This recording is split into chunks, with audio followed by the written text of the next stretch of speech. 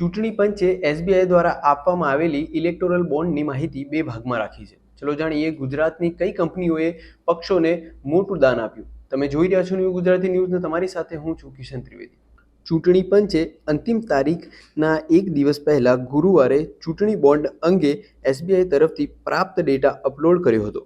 ચૂંટણી પંચને supreme court તરફથી 15 માર્ચે સાંજે 5 વાગ્યા વિગતો જાહેર કરવા સૂચના મળી હતી.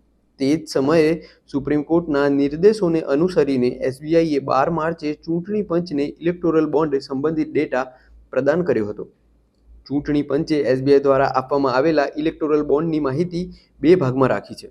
ચૂંટણી સંસ્થાના ડેટા અનુસાર જે કંપનીઓએ ઇલેક્ટોરલ બોન્ડ ખરીદ્યા છે તેમાં Grasim Industries, Megha engineering, Piramal Enterprise, Torrent Power, Bharti Airtel, DLF commercial developers, Vedanta limited, Apollo Tyres, Lakshmi Mittal, Edelweiss, PVR, Keventer, Sula W, Welspun અને સન ફાર્મા છે.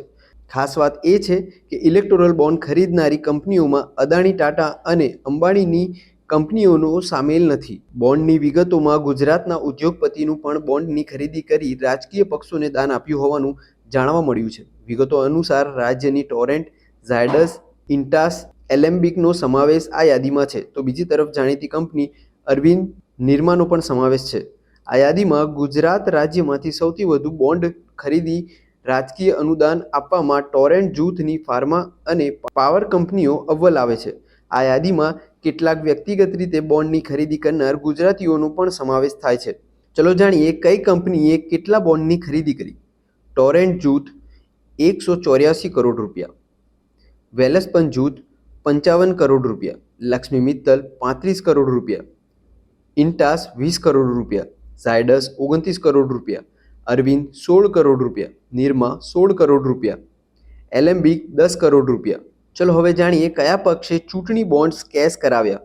માહિતી અનુસાર ચૂંટણી બોન્ડ કેશ કરનાર પક્ષોમાં BJP, Congress, AIADMK, BRS, Shiv Sena, TDP, YSR Congress, DMK, JDS, NCP, TMC, JDU, RJD, AAP અને સમાજવાદી પાર્ટીનો સમાવેશ થાય છે. ચલો જાણીએ કે ઇલેક્ટ્રોન બોન્ડ સ્કીમ શું હતી અને તે ક્યારે શરૂ કરાઈ હતી. મોદી સરકારે 2018માં ચૂંટણી બોન્ડ યોજના શરૂ કરી હતી.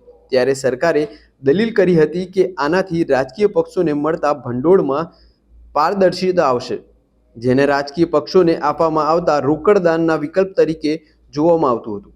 ઇલેક્ટોરલ બોન્ડ સ્કીમ દ્વારા એવા રાજકીય પક્ષો દ્વારા દાન પ્રાપ્તિ થઈ શકે છે જે લોકો પ્રતિનિધિત્વ અધિનિયમ 1951ની કલમ 29A હેઠળ નોંધાયેલ છે અને જેમણે છેલ્લી લોકસભા અથવા વિધાનસભાની ચૂંટણીઓમાં 1%થી વધુ મત મેળવ્યા છે.